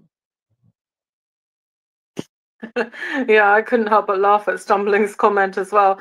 And, I was just thinking about all of these people. It's the same with the guy from Oxford and this ilk. Ultimately, they don't just want to take, they want to hurt, they want to humiliate. There's real joy in twisting the knife. And I think that for me has been perhaps the biggest takeaway this week, is the absolute delight that these people have in twisting the knife and rubbing salt in the wounds.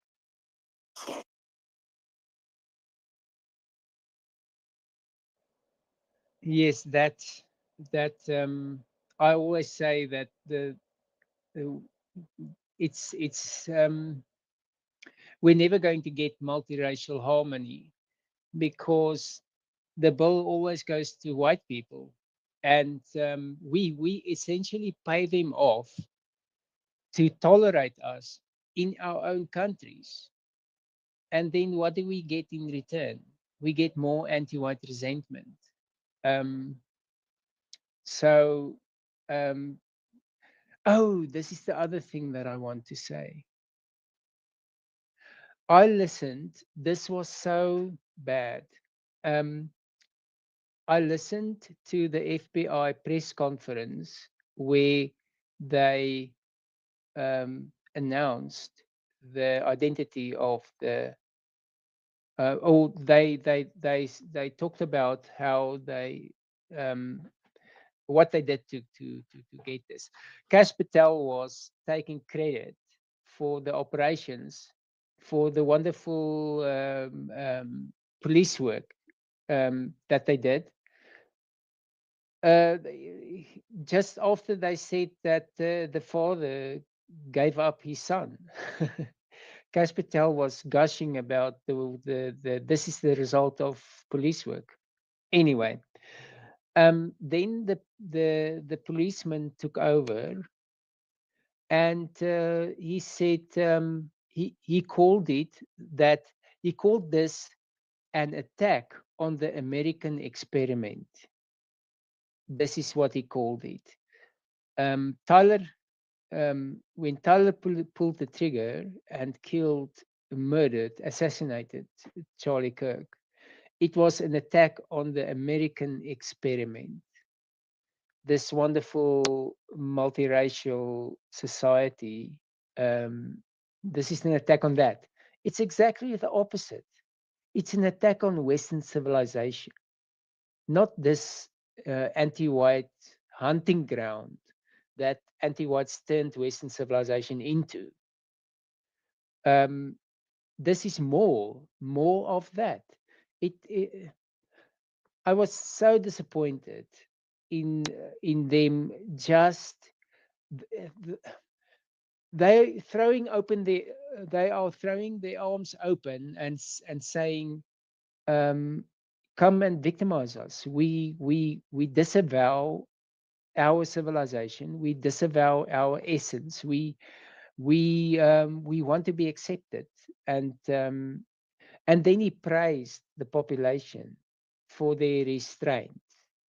It was disappointing. An attack on the American experiment. Yes, it's like Jason says, it's not an experiment. It was white erasure from the start. They didn't experiment. They knew what the outcome was going to be, and what they wanted is what they got, and they're happy with that. They just want us gone. They just don't want to say it. Oh, not yet. They're not like that British non-white, anti-white MP. But they'll get there, and then they'll say it, and then we will have to shut up because white erasure has done its thing. But I truly think that there's a lot of momentum now. If Trump wanted to do some stuff, I'm not saying, evil stuff, but if he wanted to do some stuff, he has a second opportunity now. He has a second opportunity now to clean house. Unfortunately, he seems so super cocked. I mean, in that Fox News announcement where he sat there. Yeah. Unfortunately, I don't think it's. I think maybe there's going to be some action against Antifa. Maybe. I think that's the best we can hope for. I'm going to round robin through the speakers, and I'm going to start with Eindelin. Eindelin, any final thoughts? Yeah, I appreciate all the updates and actually getting into some details about all this stuff. It's so much to keep track of. I mean, it's constantly developing, so it's good to kind of come here and just kind of organize everything and see what everybody thinks. So, and just for once, I mean, some of the points that you made too, it's like for once, I wish people would just understand that for what this is, and it's an attack on our people. Like for once, give yourself the permission to understand that this is an attack on us, and that's how you have to understand we're being victimized. And I'm tired of seeing that meme that I think it started with "end wokeness," where it's like who is it? It's like five faces on there. It's everybody from it's everybody from Abraham Lincoln to Jesus, and right in the middle you got Martin Luther King. I don't know if everybody's seen that, but it's just so irritating to see like somebody. I mean, you're putting somebody else's civil rights leader in the middle of something that's supposed to, like, just this one time you should be able to sit there and realize like this is about us and nobody else. So yeah, stop doing that stuff. And just another reminder too, about the petition that Biosphere of the West started. If you guys haven't signed it yet, you can find it through his page. But please, like I said, if you haven't done that yet, please do so. So thanks again. Thanks, Eindelen. Julia, I don't know if you are online or are you available? Final thoughts? I'm here. I'm here. Uh, yeah, I just don't know too much yet about what happened. I'm still kind of catching up, but it's been great listening to everyone, and I look forward to being more involved in future spaces. Okay. Let's go to Janitor of White Noir. Thank you for the sage comments today, Skipper. It was an attack on Western civilization. We need no growth in our 70 signatures and our size of our community, because we are much larger with our concepts, like so we can do so much great, so yeah, but even if we're a small 70, 80 signatures, till the next one. Thanks, Janitor. Let's go to Ardent Party. Yeah, it's one of the things that always strikes me about being part of this space is that everyone here that shares anything, generally, even some of the more scatterbrained among us, when we're sharing, we're almost always the most sincere sounding people. And that really strikes me as something that Western kind truly has as a, I suppose, a feature of our biospirit. And I just wanted to say it's quite often an honor to be part of the conversation here. And of course, I'll end with my catchphrase from my streams. I hope you're doing well. I hope you continue to do well. And as always, rise and rise again until lambs become lions. Bye-bye. That's the first time I heard that. You are going to have to repeat that every space. It can be our Gesundheit. But that's true. And I've seen that in the real life get-togethers that we have here in South Africa. And I think it's tied to the fact that honesty is a Western norm, and we're forced to not be honest in our lives, in our professional lives. And then when we are in a safe place, once you get used to that, then you really relax because no one is out to get you.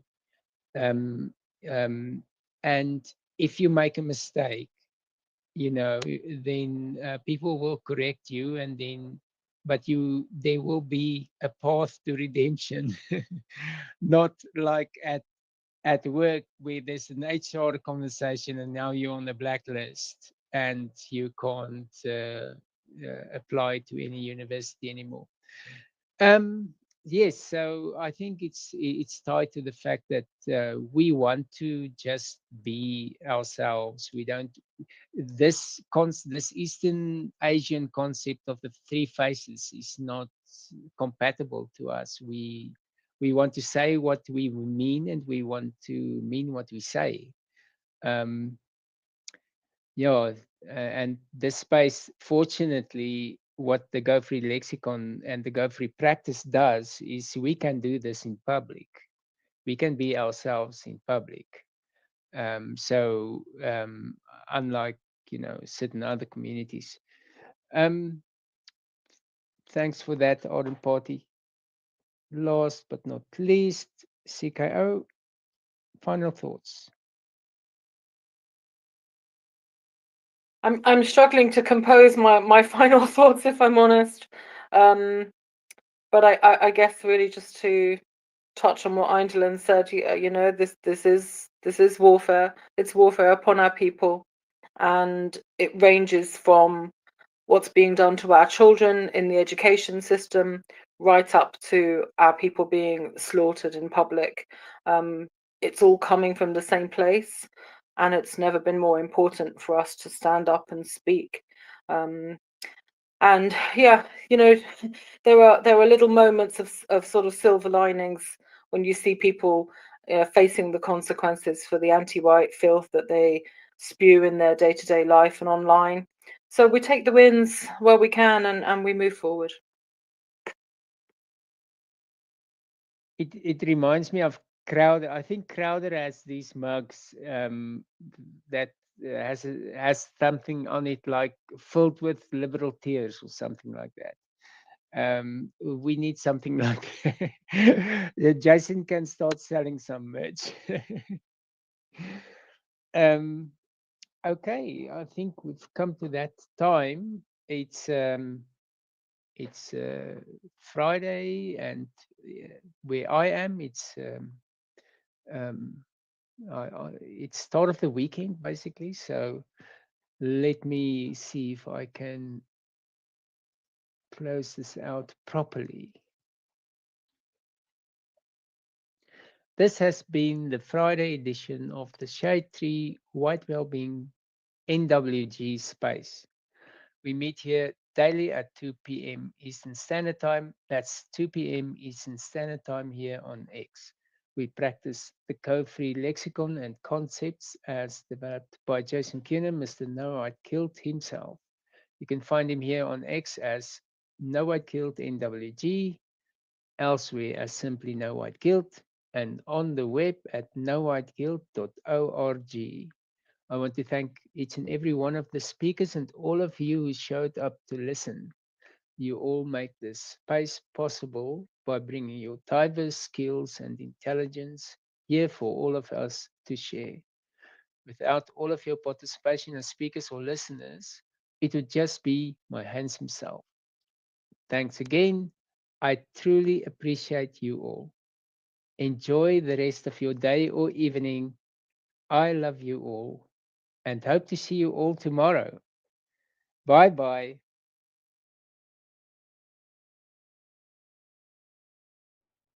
Our children are priceless, and we would do anything to protect them. So why aren't you using Go Free to protect them from the most harmful ideas? Decades in the making, Go Free is a simple yet brilliant practice designed to free us from destructive socio-political ideas. As words are the tools with which we think, Go Free promotes precise, simple, and targeted language to counteract psychological warfare. When you go free of the system's control over your word choice, you liberate your thinking. As you grow, you can empower others. And the most important thing you can do is inoculate our children against the ideas that are meant to harm them.